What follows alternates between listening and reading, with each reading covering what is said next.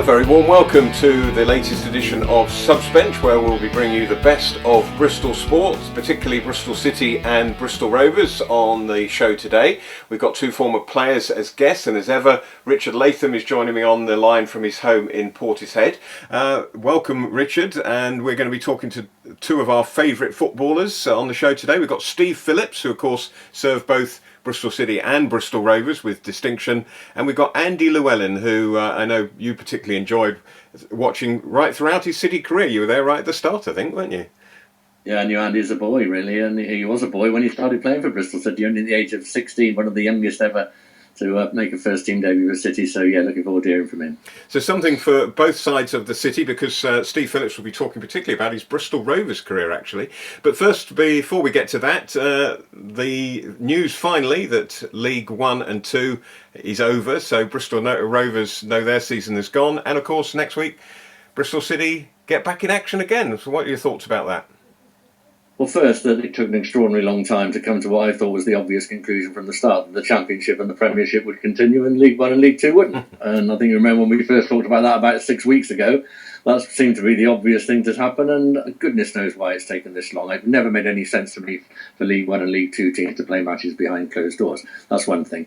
Let's hope football's not jumped the gun. There's already been one or two positive tests, hasn't there, around the country since players reported back for training, including the Stoke City manager, for one. And so I'm just hoping that money's not talking and football's starting a bit earlier than it should. I'm sure every safety precaution is going to be taken, but it just is a bit out of step with other sports when you think that cricket was once going to start on July the 1st and they put it back to August the 1st. Here we have football starting with June not nearly over. But for Bristol City fans, it's some excitement because there's still a lot to play for. And interesting last 9 fixtures, of which 5 are at home. So that's an encouraging thing. Away to Blackburn Rovers this coming Saturday, and then the first game at Ashton Gate 8 days later, Sunday against Sheffield Wednesday, kicking off at noon. Of course, no supporters are going to be there, so kick-off time is only interested to those who want to tune in some way to see the games on screen. But as I say, still plenty to play for. Those playoff places are still to be grabbed. Yeah, it'll be interesting to see whether home advantage still counts, won't it, in an empty stadium? But we'll find out that from the Premier League and the Championship in due course.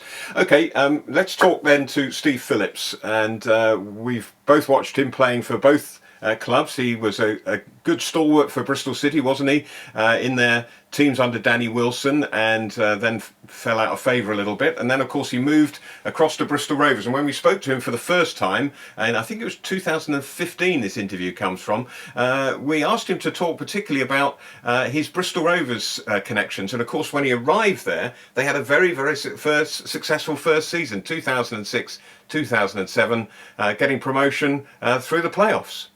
But it didn't just start that way. They had a poor start, as Steve recollects. The turnaround in our performances was incredible, solely down to the manager and Lenny. They were probably right up there with the managers that I've worked under, with Danny Wilson. Would you trace Rovers' downfall, if you like, to Lenny's departure or something, or Paul's departure? Or yeah, definitely. His attention to detail in his training, in his set play work, in his fitness work was nothing that I'd ever come across before. This is Paul Trogg. Yeah, Paul, yeah. And he took it very, very seriously. He and Lenny were a good team. Magnificent team. He was on everybody's side, which isn't always the case as manager, through thick and thin. And that showed in that season, and the rest of the times that we stayed in the league as well, when we were always favourites to get relegated, and that showed. And obviously, when they got rid of him, they got relegated. The obvious question, Steve, when you had the chance to sign for Rovers, did you go, should I? Because crossing the divide almost. I know you didn't come directly, but it's difficult, isn't it? There was a lot of that. There was a huge amount of that. Even when I was in the car on the way to sign my contract, I rang my dad up and said, "Look, I'm turning round." There was no way that there was nothing for me to go there that was going to be. No one was going to be on my side. The Bristol City fans, as it turned out, hated me.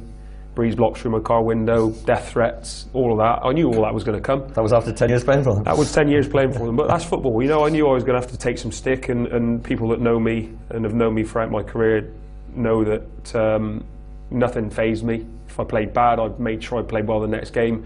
If I was under a bit of pressure from playing bad, I know that that wouldn't make me sink into my shell. It was a tricky move, very tricky. It is only a job after all, isn't it? You know, if I move from the BBC or ITV to here, which I have done, you know, hopefully fans, nobody's going to trash my car. Yeah, you say that football's is very different to anything else. And from a football fan's point of view, if I'd have left Bristol City and gone to somewhere else other than Bristol Rovers, then I'd have been probably a legend with the amount of time I was there and the games that I played. But as I went to Bristol Rovers, and it was the only opportunity for me to get back playing. That's what people don't understand.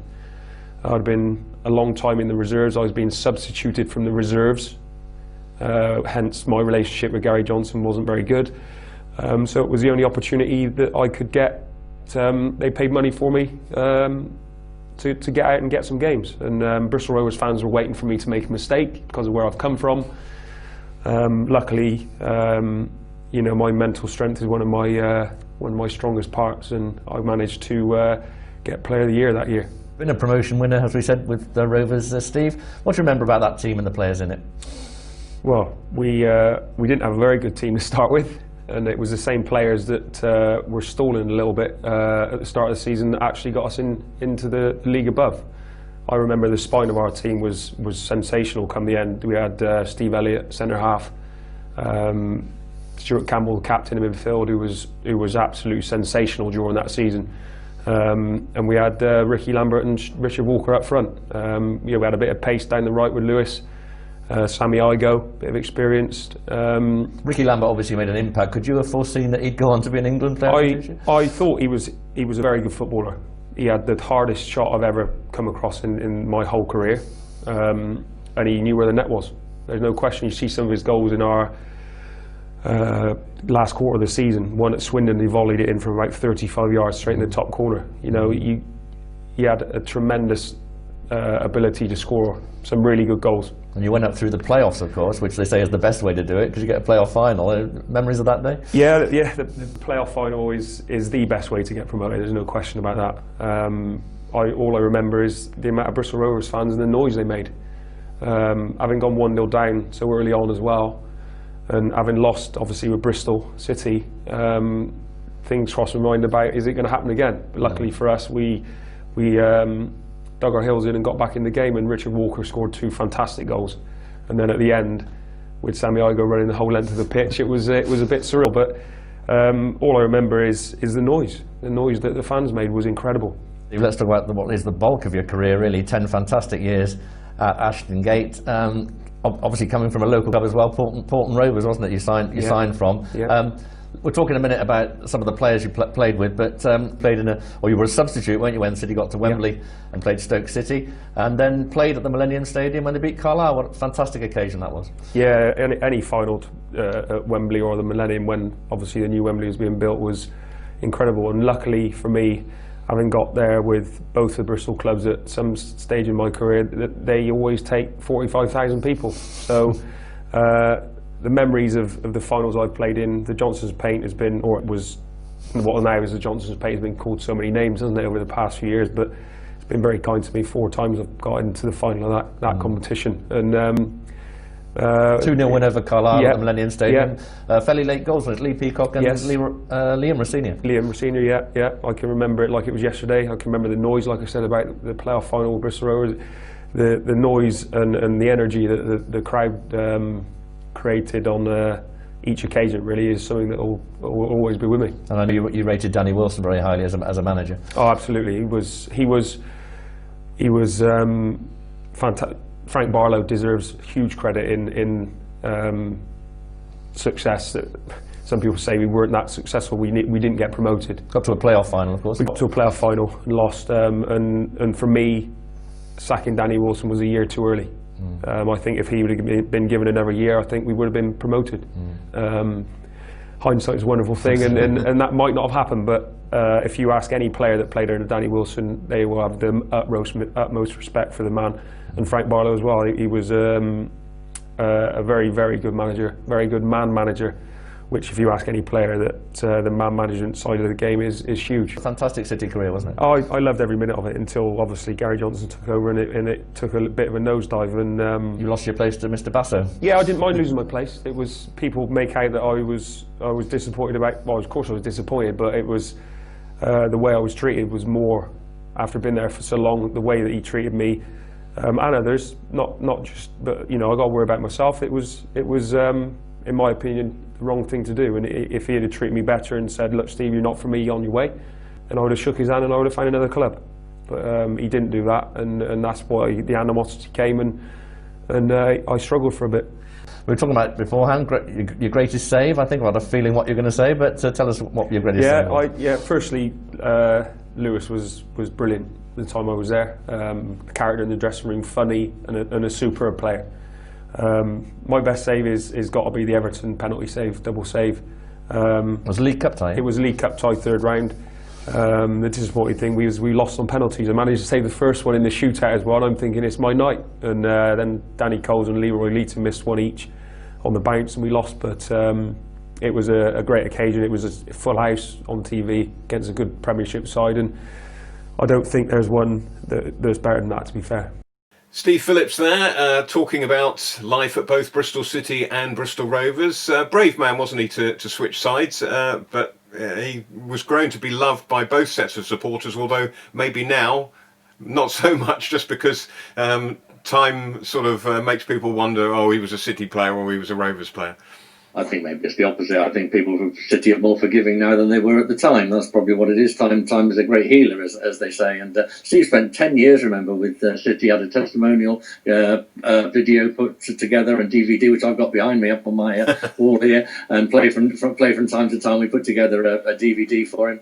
And he had a wonderful City career. Yes, it was brave to move, but other players have done it. And Steve did it very successfully. Yeah, he certainly did. Okay, we'll be moving on to Andy Llewellyn in just a moment. But before we do that, I want to give a helping hand to a friend of mine, a friend of the programme. So that's Paul Hobbs, a charity fundraiser over many years, in fact, over 25 years.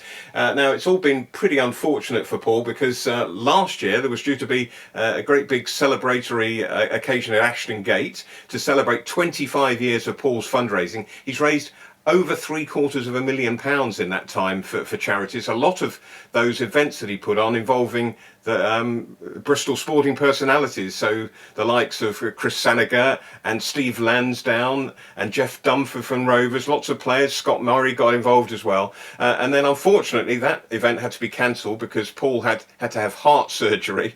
So then it was all reorganised and was going to happen in March, and we all know what happened in March. There was going to be a great big auction of some fantastic sporting memorabilia, and of course it's got cancelled because of coronavirus. Well, what's happening now is Paul's going to put the items up for auction week by week on Facebook, and I said we'd help him out a little bit by telling you about one of the prizes coming up. The first one, Richard, is a Roger Federer shirt. Can you imagine how valuable that might be? What can you say about Roger Federer, the champion of champions when it comes to tennis? Wonderful player, wonderful guy as well, as far as I can see. Never sort of seems fluid in interviews and that. And been a great credit to the sport on and off the court. And yes, I mean that's a real prized item for anyone, isn't it? Well, we can see it on the screen now, and I can confirm that it was signed by Roger Federer, and it was worn by him when he won the Dubai Open against Andy Murray in 2012. So if you would like to win it, you can email your bid. We'll put the email address up on the screen for you. I should say that the bidding started for this before the shutdown, and it's already reached £350. So I don't know how many rich Subbench viewers we've got out there, but if you would like to bid, it's Paul Hobbs at paulhobbs60 at sky.com is the email address. It's up on the screen as well, and we'll be posting the details on our Facebook page as well in the coming days. And I should say that in the weeks to come, Richard, among other things, there is a Jack Russell framed print of the county ground, and there's also City and Rovers shirts signed by all the current teams. So those are things that our viewers might like to watch out for.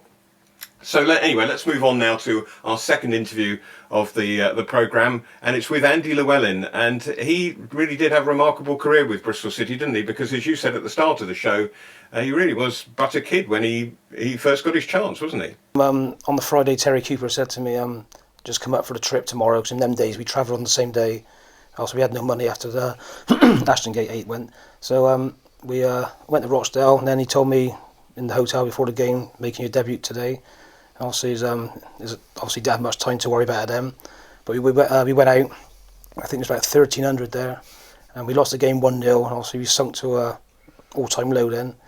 And then the following week he played me again at Chester, and again we lost 1-0. And then obviously he rested me for a few games then, but then obviously things started to turn in our favour then. Because we should say you were an apprentice at the time, and in those days, apprentices cleaned the boots and did a lot of the chores that today's modern young players don't do. So you were basically cleaning somebody's first team boots one day, and a couple of days later wearing a pair of boots in the first team yourself. Yeah, obviously in them days I think we only had 16 professional players anyway. We had 5 apprentices, so we're all together as a team, as a club, and we had good spirit. But obviously, if you did get injuries in them days, they did have the money to go out and get players. So obviously, Terry Cooper relied on the youth, and he put me in for my debut. So what was it like coming through with it? It was a lot of young players at the same time, wasn't it? I suppose that was good for you, wasn't it? Yeah, it was tremendous for me, but obviously at the time we had players like Tom Ritchie, John Shaw, who were tremendous professionals. They helped me along, and it's just great for us to be at that age to train with them. What about Terry himself? Because he was still presumably still playing at that time, wasn't he? Terry's still playing, yeah, but he was a great out to my career, because he used to every afternoon we train in the morning. Then obviously again we had to do our jobs in the afternoon, clean the boots, do the kit, even help with the pitch. That's how bad things were at the time. But then he'd take me out in the car park, and I clip balls into him all the time. You know, obviously people don't see what goes on afterwards in training. But Terry Cooper, a tremendous help in my career. Yeah, people obviously think of being a professional footballer as being a sort of glamorous career, but being 92nd in the league and your club almost went bust a few months before, it's hardly glamorous, is it? Yeah, I think it's all right after the Ashton Gate 8, and obviously then bottom Division 4, that was the all-time low. And then after that, really, there's only one way to go, and that's up. You know, so Terry always believed in us, and we sort of used to train in the car park. You know, we used to train Ashton Park. You know, we had no set training ground, we had nothing really. But we had that spirit and camaraderie, and that's in the end that's what got us turned the corner. Sometimes helps that, doesn't it, to have your backs against the wall, knowing that, as you said, there's only one way that you can go. And maybe you know, clubs with much bigger squads, they don't have the same spirit, do they? That's right, yeah, because I say everyone was together. But I remember Christmas that year turned the corner for us, because we I think we lost at home to Port Vale Boxing Day, and then Terry Cooper played a master stroke on the next day. We had played Hereford away, and he brought in 2 people. One of them was Chris Garland. And he come to us. We had Hereford away. I remember we picked him up at Chepstow Racecourse on the way through. You know, we said, "Why are we stopping here?" But then obviously he got on the coach, and just him being part of gave us a big lift. So you didn't know he'd been registered or anything? It was well, we knew something was happening, but obviously we weren't sure. But once we started outside Chepstow Racecourse, we sort of knew what was going on then. And when he got on the coach, obviously he's a hero, legend, Chris Garland, and he joined us there. I think, and then obviously Derek. Then everyone in the club knows he brought in Derek the chaplain, who again come in, spoke to us, and then suddenly our form changed. I think we lost 2 of the last 20 odd games, ended up mid-table, and then obviously the club then started to take off.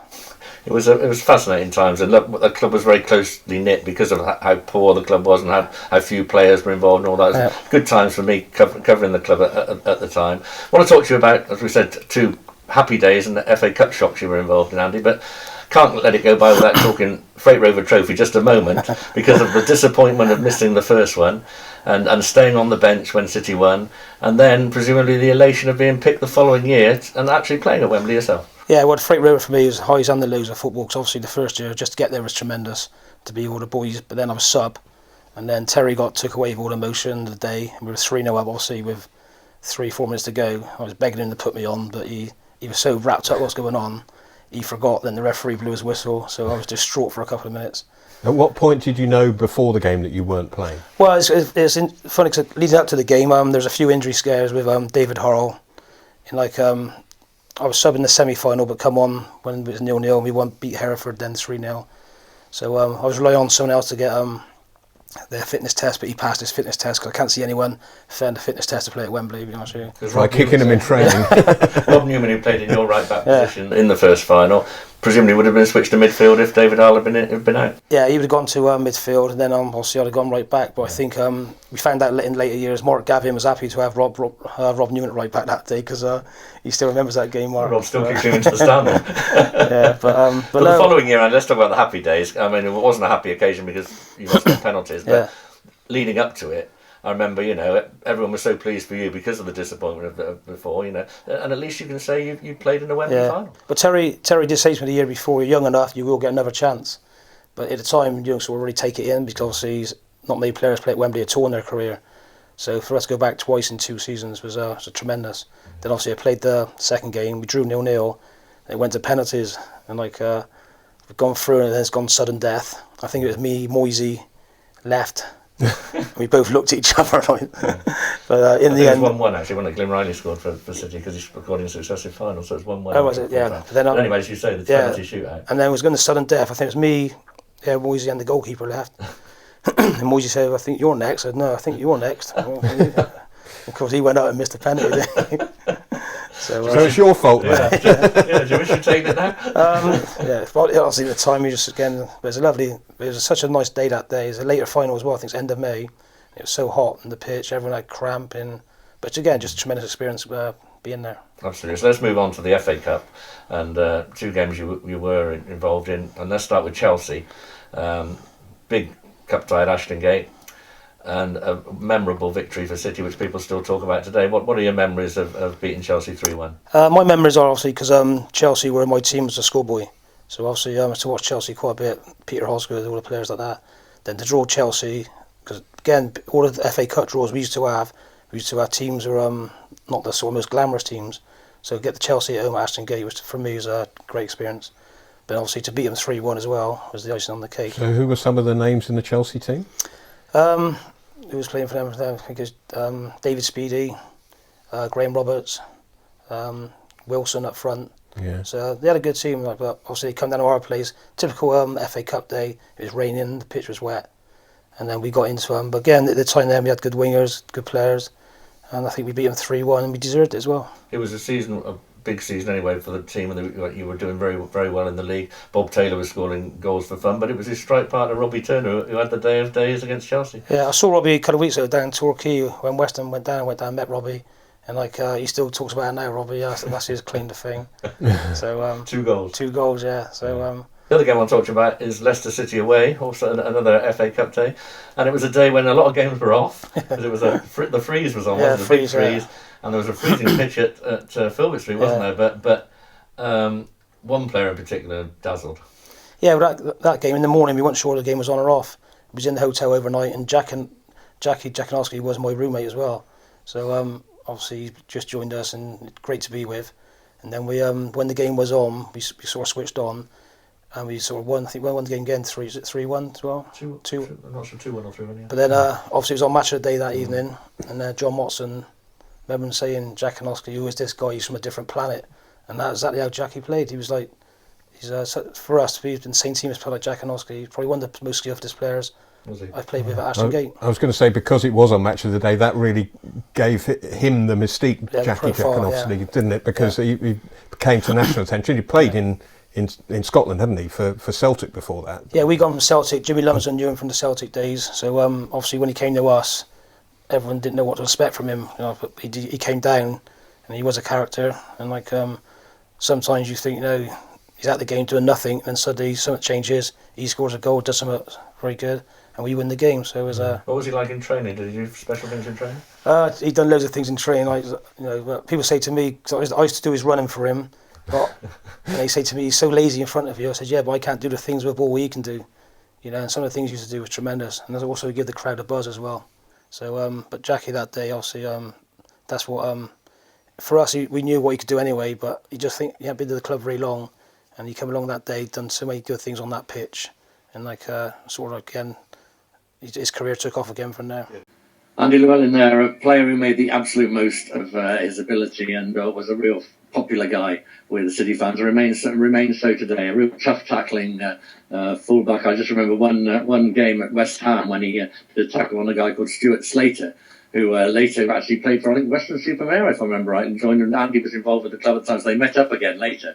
But Andy absolutely took him out with a sliding tackle on a wet night that started yards away from Stuart and went right through him. And Billy Bonds, afterwards, the West Ham manager, said it was a next stop barking job.